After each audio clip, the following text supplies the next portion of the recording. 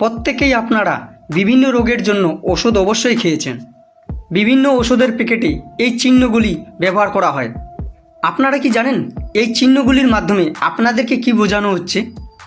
এই লাল চিহ্নটি যদি ওষুধের প্যাকেটে আপনারা দেখতে পান, তবে আপনাদেরকে বোঝানো হচ্ছে বিভিন্ন পশুর বিভিন্ন জিনিস ব্যবহার করা হয়েছে। যেমন ওষুধপাতিতে সবথেকে বেশি ব্যবহার করা হয় শরীরের বিভিন্ন অঙ্গ। এই শরীরের চামড়া দিয়ে তৈরি করা হয় জেলটিন, আর জেলটিন ব্যবহার করা হয় ওষুধের ক্যাপসুলে। ক্যাপসুলের যে উপরের প্লাস্টিকের মতো খলসাটা দেখতে পাচ্ছেন, সেটা তৈরি করা হয় শুকুরের চামড়া দিয়ে। এই লাল চিহ্নটি আপনাদের সেটা জানাচ্ছে। এই যে সবুজ চিহ্নটি দেখতেছেন, এই ওষুধপাতিতে পশুর কোনো জিনিস ব্যবহার করা হয়নি। এটা তৈরি করা হয়েছে শুধু গাছের বিভিন্ন অংশ থেকে, এক কথায় নিরামিষ। এই কালো চিত্রটি, এই ওষুধ বিভিন্ন কেমিক্যাল দিয়ে তৈরি করা হয়েছে। হলুদ চিহ্নটি বিভিন্ন আয়ুর্বেদিক ওষুধে ব্যবহার করা হয়।